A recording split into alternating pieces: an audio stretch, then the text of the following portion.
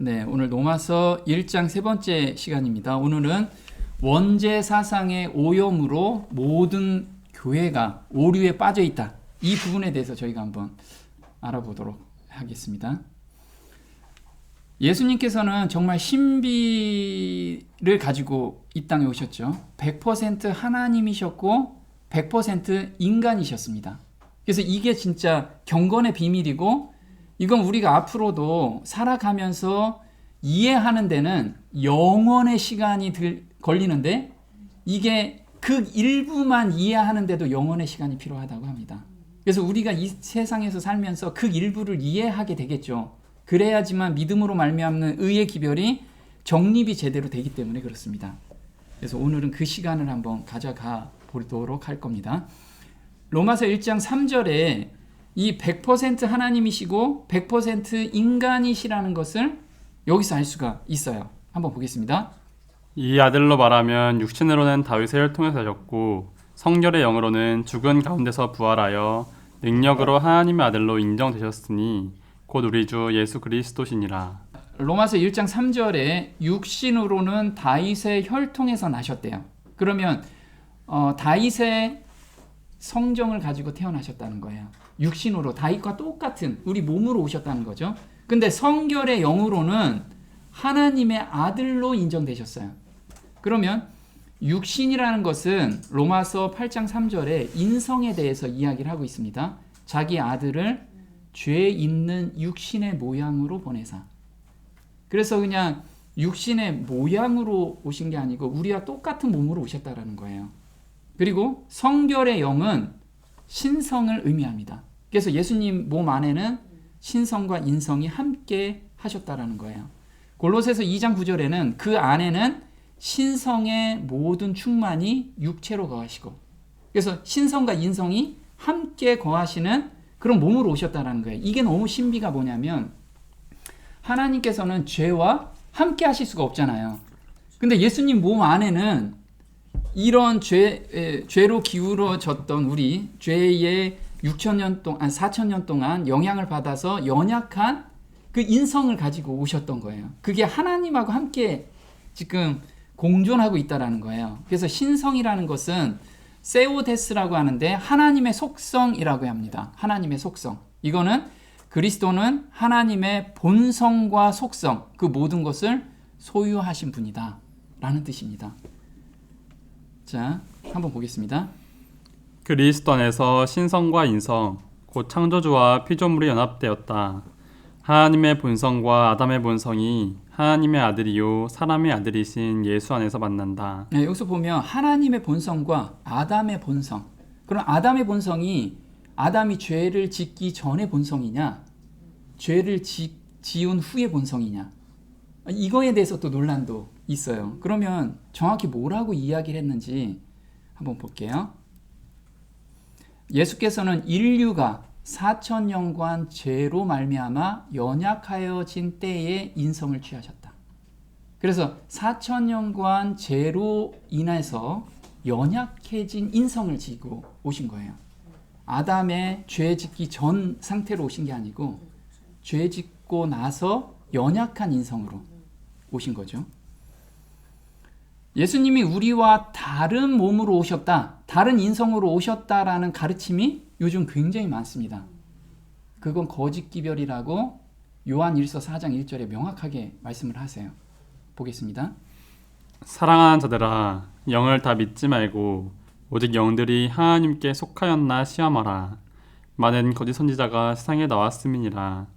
하나님의 영은 이것으로 알지니 곧 예수 그리스도께서 육체로 오신 것을 시인하는 영마다 하나님께 속한 것이요. 네, 영을 다 믿지 말라고 하는데 예수 그리스도께서 육체로 오신 것, 그러니까 우리와 똑같은 몸이 아닌 뭔가 다른 몸으로 오셨다, 이런 가르침은 다 거짓이라는 거예요. 보겠습니다. 많은 사람은 그리스도께서 시험에 정복당하는 것은 불가능했다고 주장한다. 그렇다면 그리스도께서는 아담의 처지에 서지 못하셨을 것이며 아담이 얻지 못한 승리를 얻을 수 없으셨을 것이다. 네, 예수님께서는 시험을 받지도 않으셨다, 이런 이야기도 되게 많이 있습니다. 그렇다면 여기서 얘기하는 게 시험에 정복당하는 것은 불가능했다고 주장한다. 그런데 만약에 시험에 정복당하는 것이 불가능한 그런 몸으로 오셨다면 우리의 처지를 이해할 수가 없으셨어요, 전혀. 그래서 우리와 똑같은 시험을 받으셨다라는 거죠. 만일 우리가 어떤 점으로든지 그리스도께서 당하신 것보다 더 혹심한 투쟁을 당한다면 그분은 우리를 구원하실 수 없을 것이다. 그러나 우리 구주께서는 온갖 연약성을 지닌 인성을 취하셨다. 그분은 시험에 굴복할 가능성을 가진 인성을 취하셨다. 우리는 그분께서 당하지 않은 것들은 하나도 짊어진 것이 없다. 그분은 가장 심하게 시험을 받으셨다는 거예요. 거기서 온전히 승리하신 그 마음을 우리한테 주신다는 거예요. 그래서 믿음으로 말미암는 의를 몸소 실천하신 분이라는 거죠. 그래서 한번 보겠습니다. 이는 타락하지 않은 상태에 있던 아담이나 죄 없는 천사들에게는 결코 적용되지 않은 낱말이다. 그것은 오직 타락한 인간 육신 안에 있는 죄와 더불어 투쟁을 하였고 그것을 이긴 거룩함을 의미할 수 있다. 네, 의자는 뭐냐면 우리 저 한자 의자를 보게 되면 양양자에 나자, 그 다음에 창과자잖아요. 내가 죄를 지면 그리스도께 내 죄를 모두 고하고 그 피를 내가 뒤집어 쓰는 것, 그걸 의라고 얘기합니다. 그러면 예수님께서는 이런 모든 유혹이 왔지만 죄를 한 번도 지지 않으셨다라는 거예요. 그래서 죄의 유혹을 겪지 못한 사람들은 이 의라는 경험을 할 수 없다라는 거예요. 예수님께서는 이 의라는 경험을 하셨기 때문에 완성된 의를 우리한테 주셨는데 이걸 어떻게 하셨는지 오늘 자세하게 공부를 할 겁니다. 보겠습니다. 잃어버린 인류를 찾는 가운데서 그리스도는 모든 면에서 타락되고 죄 있는 인간의 본성, 곧 타락한 후의 인간성을 스스로 취하시고 떠맡았다. 그가 이렇게 한 것은 그가 모든 점에 우리와 똑같이 시험을 받으시기 위함이었으며 또한 죄 없는 육신의 모양을 지니시고 온전한 의를 나타내셨다. 네, 그리스도께서는 죄 있는 인간의 본성을 취하셨어요. 그래서 유혹을 받을 수 있는 몸으로 오셨다라는 거예요. 근데 죄를 하나도 안 지셨다는 거죠. 자, 여기서 질문 한번 보겠습니다. 예수님과 우리는 다른 본성을 가지고 태어나셨는가? 이 질문을 많이 합니다. 그리고 이렇게 믿는 분들이 대다수예요. 그럼 이건 거짓 기별자라는 거죠. 좀 전에 봤듯이. 그렇다면 예수님도 중보자가 필요한 것이 아닌가? 우리가 같은 인성을 취했으면 중보자가 필요하지 않느냐? 원죄 사상에 물들어 있기 때문에 잘못 풀이해서 오해가 생겼어요. 우리가 이 본성을 죄라고 생각하기 때문에 이게 생긴 거예요. 그럼 본성이 죄가 아니냐? 좀 이따 한번 볼 거예요. 그게 어떤 이야기를 하고 있는지. 자, 예수님과 우리는 같은 밭으로 태어났어요. 마음을 밭이라고 표현합니다. 마음을. 그래서 고린도전서 3장 9절에 너희는 하나님의 밭이요. 그래서 우리는 밭이에요. 그 밭에 의의 씨가 심어서 뿌리가 내리면 의인이 되는 거고 죄의 씨가 뿌리를 내려서 열매를 맺히면 죄인이 되는 거예요. 그럼 밭을 죄로 볼 수 있느냐? 이걸 보는 거예요. 밭을. 마태복음 13장 18절입니다. 그런즉 씨 뿌리는 비유를 들으라. 아무나 천국 말씀을 듣고 깨닫지 못할 때는 악한 자가 와서 그 마음에 뿌리는 것을 빼앗나니 이는 곧 길가에 뿌리온 자요. 네, 마음에 뿌리는데 이 마음이 밭이라는 거예요. 그래서 우리가 천국 말씀을 받아서 뿌리를 내리게 되면 우리가 의롭게 살 수가 있다라는 거예요. 의인이 될 수 있다라는 거죠. 자, 마음은 본성이라고 이야기합니다. 보겠습니다. 악한 습관은 본성적인 마음과 가장 잘 화합하며 저희가 유아기나 유년 시절에 보고 듣는 것들은 마음속 깊이 새겨진다. 그리하여 어린 마음에 뿌려진 나쁜 씨는 뿌리를 박아 저희 부모들의 마음을 상하게 하는 날카로운 가시가 될 것이다. 네, 악한 습관은 본성적인 마음, 이 본성적인 마음이 밭이라는 거예요. 여기에 뭐가 뿌려져요? 유아기에 보고 듣는 것이 마음속에 씨가 돼서 뿌려진다는 거예요. 그게 간직하고 있다가 나중에 폭발하는 거예요. 나오는 거. 그러면 지금 예수님과 우리는 본성이 같아요. 그렇죠? 그럼 본성을 죄로 본다면 예수님도 죄인으로 만든 거예요. 그래서 사실 4,000년간 타락의 영향을 받은 연약한 본성이라는 거예요. 연약한 본성이지 죄의 본성이 아니라는 거예요. 연약한 본성. 예수님도 연약한 본성으로 태어나셨고 우리도 연약한 본성으로 태어나요. 창세기 3장 18절에는 죄를 지음으로 말미암아서 땅이 내게 가시덤불과 엉겅퀴를 낼 것이다. 그래서 죄를 짓기 전에는 땅에는 가시덤불과 엉겅퀴가 나지 못했어요. 근데 죄를 짓고 나서 이게 막 올라오기 시작했다는 거죠. 그래서 우리는 예수님과 같은 본성을 타고 나왔는데 예수님하고 다른 것이 있습니다. 그걸 우리가 오늘 구분을 하면 무엇이 다른가? 그게 차이가 지게 될 거예요. 죄의 가시떨기는 어떤 땅에서든지 자란다. 마음을 하나님의 지배하에 두지 않으면 옛 습관은 우리의 생애 속에 저절로 나타나게 될 것이다. 예, 죄의 가시떨기는 여기서 가시덤불이라고 그랬죠. 어떤 땅에서든지 자란다. 그럼 우리 마음밭이 땅이라고 그랬잖아요.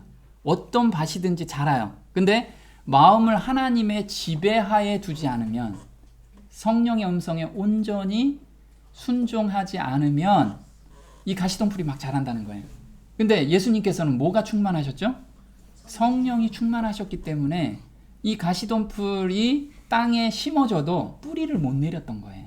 그래서 예수님께서는 우리의 죄 있는 본성, 성정을 취하셨다. 이렇게 나와요. 그럼 우리하고 4,000년간 타락의 영향을 받은 연약한 본성이라는 거예요. 이게 죄냐? 지금 죄라고 얘기하고 있지 않아요. 자, 우리는 이 얘기를 해요. 시편 51편 5절에 내가 죄악 중에 출생하였으며 모친이 죄 중에 나를 잉태하였나이다. 그래서 이건 원죄 아니냐. 이걸 원죄로 얘기를 하는 거예요. 그래서 이게 카톨릭 쪽에서 원죄 사상이 자리를 잡게 돼요. 근데 우리가 그대로 그걸 받고 있어요, 지금. 굉장히 위험한 사상을 받고 있다는 거죠. 자, 여기서 죄악 중에 출생하였다라는 건 우리가 밭이라고 그랬잖아요. 근데 부모들이 온전히 거듭난 사람이 많지 않죠. 거듭났다 해도 매일 고민하고 엉뚱한 이야기를 하죠. 하나님의 말씀을 24시간 얘기하는 게 아니고 매일 죄의 씨를 뿌려요. 그럼 아이가 그걸 받나요? 받게 되는 거예요, 그게. 그래서 죄악 중에 내가 태어났다라는 거예요. 그 씨가 내 마음 밭에 지금 심겨져 있다라는 거죠. 그래서 여기서 아이들이 악의 성향이 있는 본성을 지니고 태어남을 알고 있었다. 여기서 악의 성향이라고 이야기해요. 악의 성향이 있는 본성. 자, 밭을 죄로 보지 않는다면 어린아이는 죄인이 아니냐? 이렇게 물어볼 수 있죠. 근데 시편 51편 5절에 좀 전에 읽은 거 내가 죄악 중에 출생하였대요. 그럼 아이가 엄마 뱃속에서 이렇게 있죠. 엄마의 생각과 감정이 태아의 마음밭에 그대로 심어진다. 아담의 죄의 결과로 인해서 죄로 기울어지는 본성, 마음밭을 물려받았기 때문에 뿌리가 깊이 내리게 된다. 그래서 우리는 성령이 없기 때문에 어떻게 해요? 엄마의 나쁜 생각 그리고 나쁜 말들 그걸 들으면서 마음밭에 그게 뿌리 깊이 박히기 시작한 거예요. 그럼 태어날 때부터 죄의 그 씨가 자리를 다 잡고 태어나기 시작한 거예요. 그래서 죄악 중에 태어났다라는 거예요. 그래서 본성을 죄로 보지는 않는다는 거죠. 로마서 3장 10절에 이렇게 나옵니다. 기록한 바 의인은 없나니 하나도 없으며 깨닫는 자도 없고 하나님을 찾는 자도 없고 다 치우쳐 한 가지로 무익하게 되고 선을 행하는 자는 없나니 하나도 없도다. 네, 그래서 예수님과 같이 성령으로 잉태되시고 성령 충만하시면 뿌리를 내릴 수 있을까요?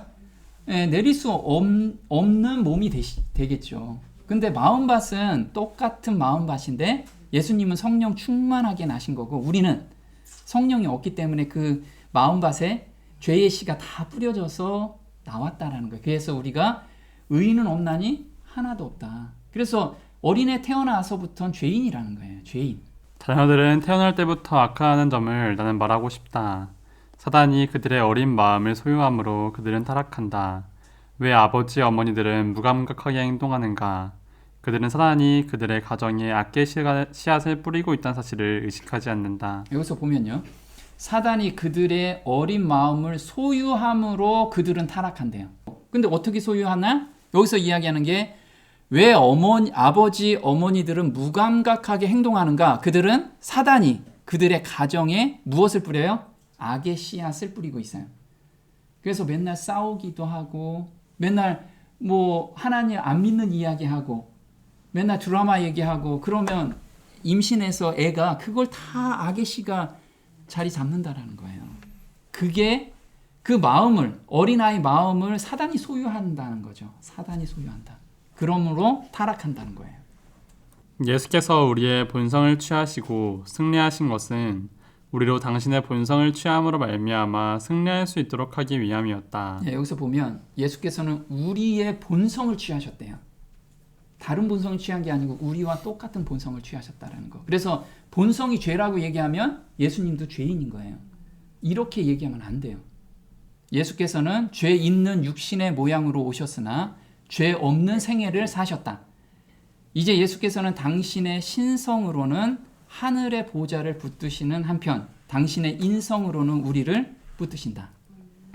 예수께서는 당신의 믿음으로 말미암아 하나님의 품성의 영광에 이르라고 우리에게 명하신다. 그러므로 우리는 아버지의 온전하심과 같이 온전해야 한다. 예수께서는 의가 무엇임을 보여주시고 하나님의 의의 근원으로 가르치셨다. 그래서 예수님께서는 우리의 본성을 취하셔서 온전히 승리한 모범을 딱 보여주신 거예요.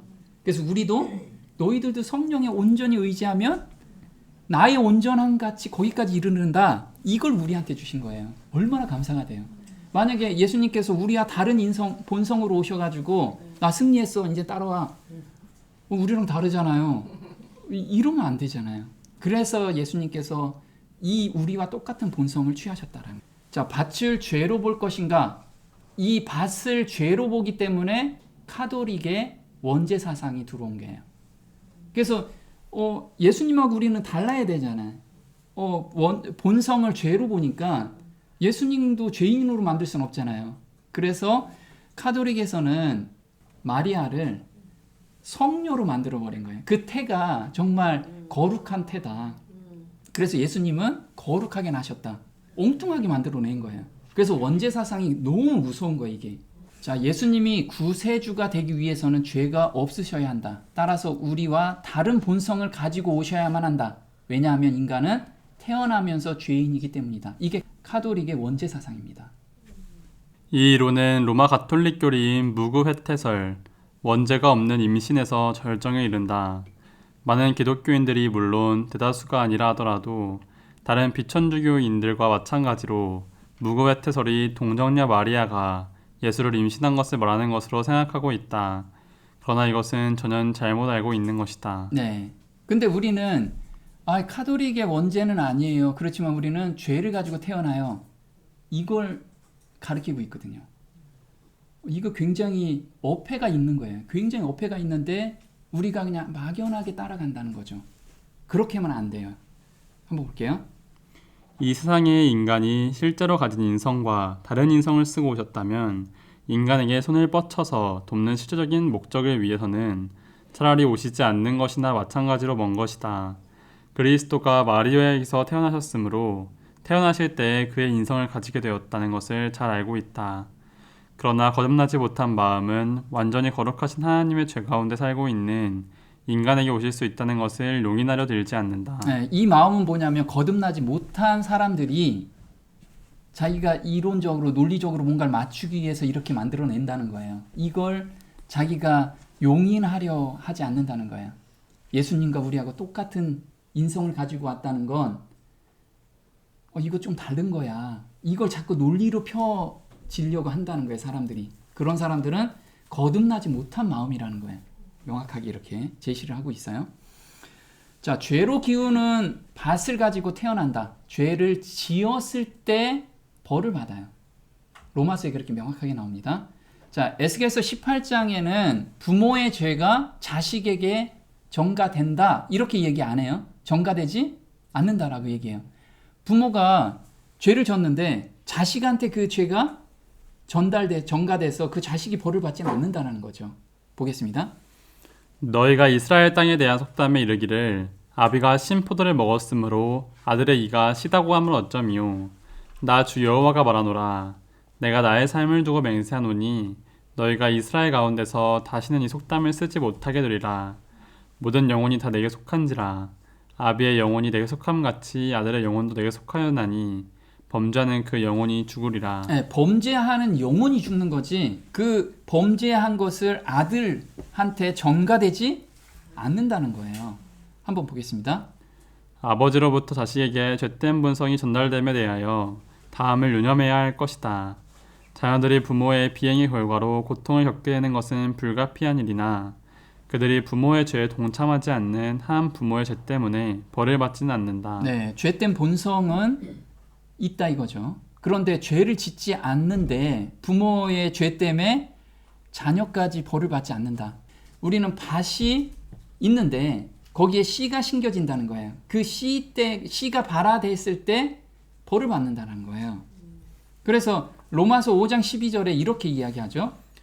이러므로 한 사람으로 말미암아 죄가 세상에 들어오고 죄로 말미암아 사망이 왔나니 이와 같이 모든 사람이 죄를 지었으므로 사망이 모든 사람에게 이르렀느니라. 네, 모든 사람이 죄를 지었으므로 사망에 가는 거예요.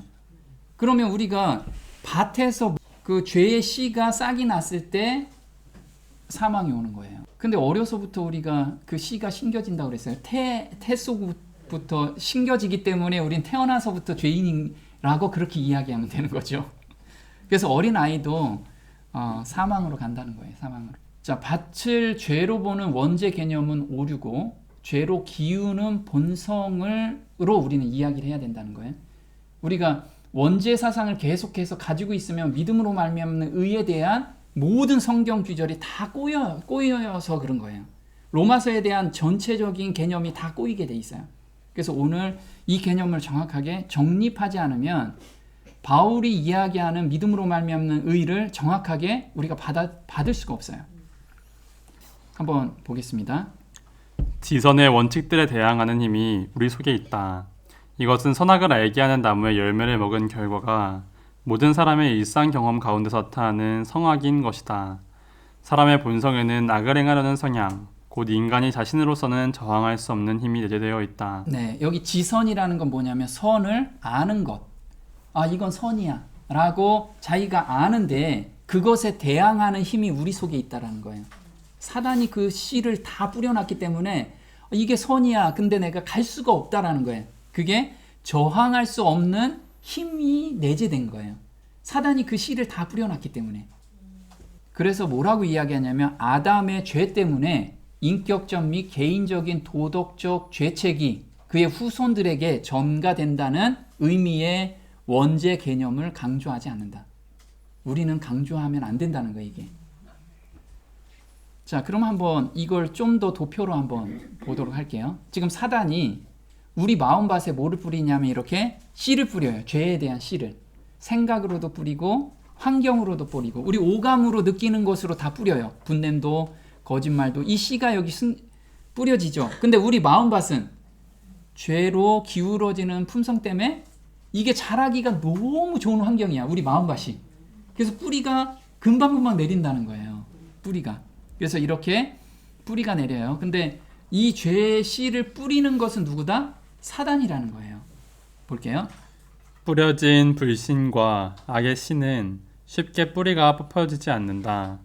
사단이 매 시간 그 씨를 길러주기 때문에 그것은 무성하고 튼튼해진다. 네, 그래서 뿌려진 불신과 악의 씨라고 그랬어요. 악의 씨. 그래서 사단은 그 악의 씨를 계속 뿌리는데 매 시간 그 씨를 길러준대요.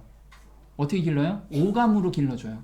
우리가 보고 느끼고 냄새 맡는 모든 것이 다 죄 가운데 있잖아요. 사단이 이 세상을 잡고 있기 때문에. 또 보겠습니다. 진리에 대한 저항은 그를 불법 가운데 강하게 한다.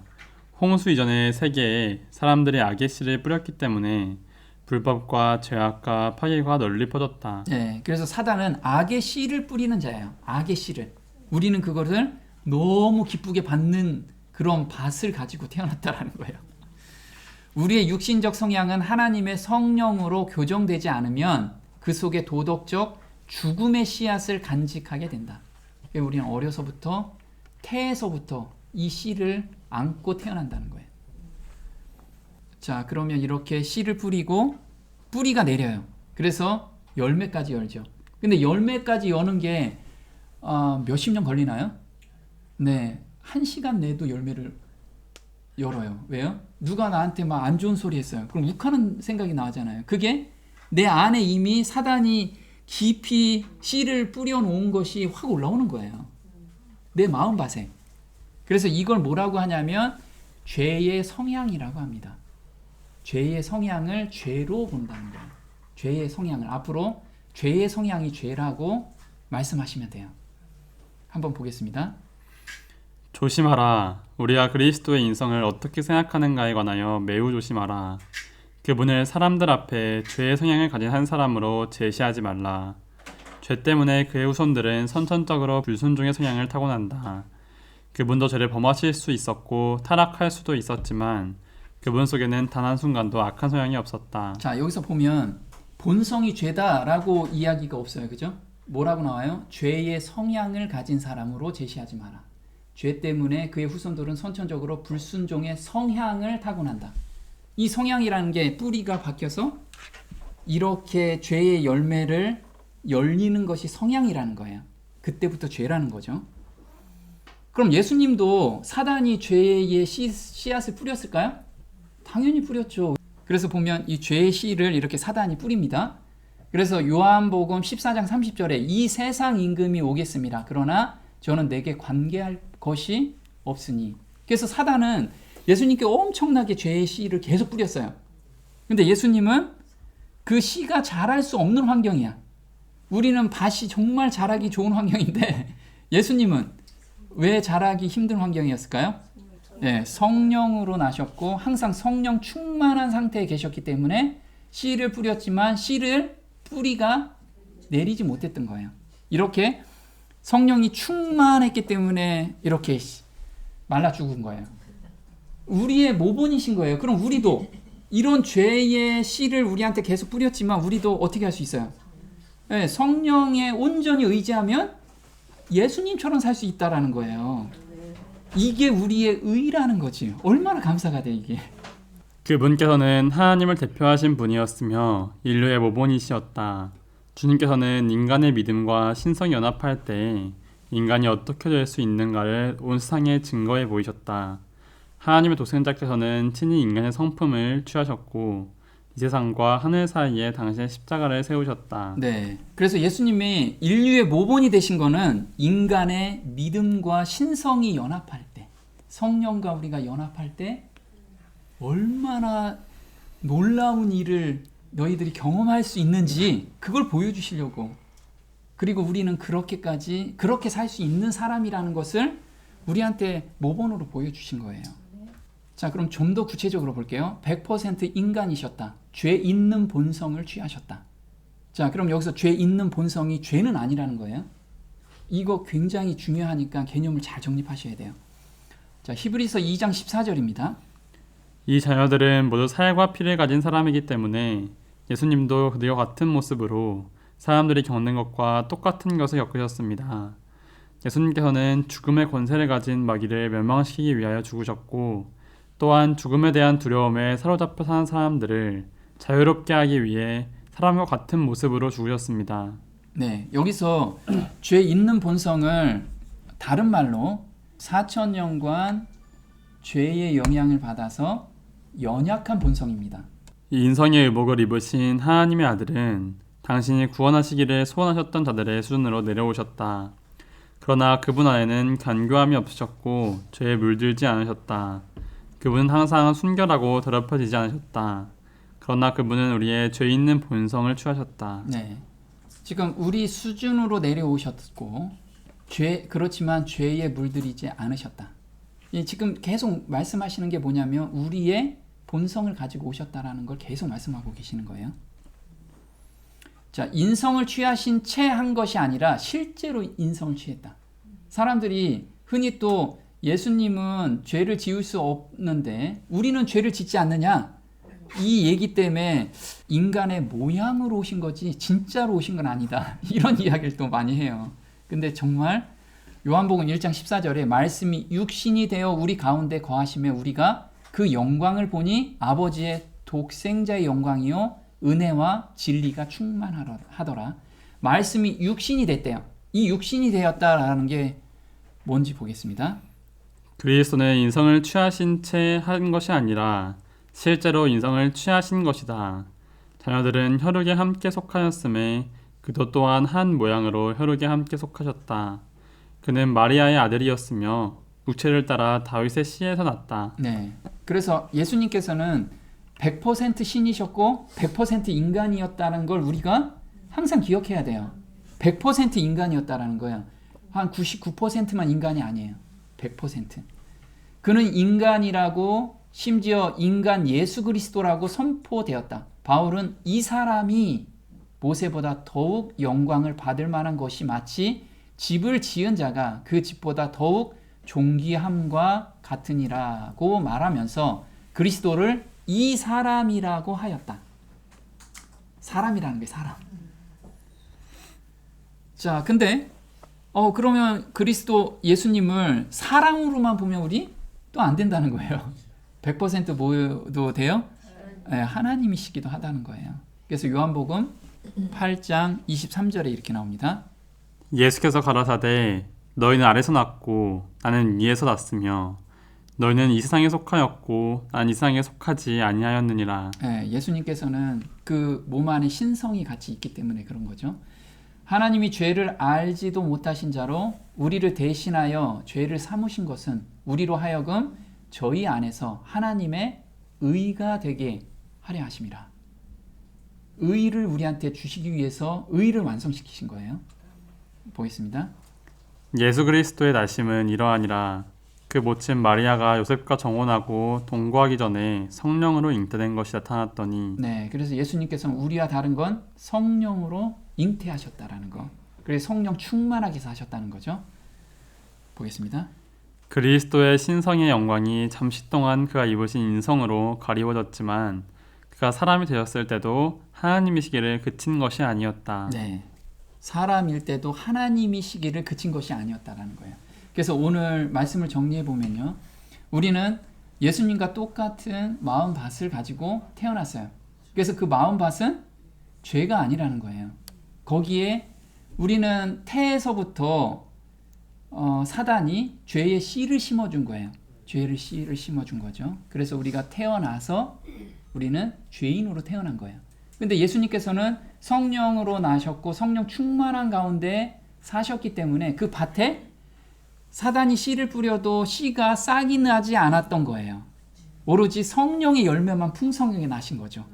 그걸 우리한테 왜 모본을 보여주셨냐면 너희도 거듭남을 통해서 성령에 온전히 의지해서 살게 되면 예수님과 똑같이 온전하게 살 수 있다. 거기까지 우리를 자라게 하신다라는 것을 보여주기 위해서 그렇게 오신 거예요. 그래서 우리는 정말 나는 이 죄 이거 나 넘을 수 없어요. 이렇게 생각하지 말라는 거예요. 예수님이 온전히 의지해서 의를 만들어 놓으신 거. 그 의를 너희가 받았으면 너희도 온전히 승리할 수 있다. 그리고 세상 걱정과 죄된 생각이나 이런 걸 온전히 우린 벗어날 수 있고 하나님이 온전하신 것과 같이 우리도 온전할 수 있다라는 거예요. 우리는 거기까지 모두 잘하기를 간구합니다. 오늘 여기까지 하겠습니다.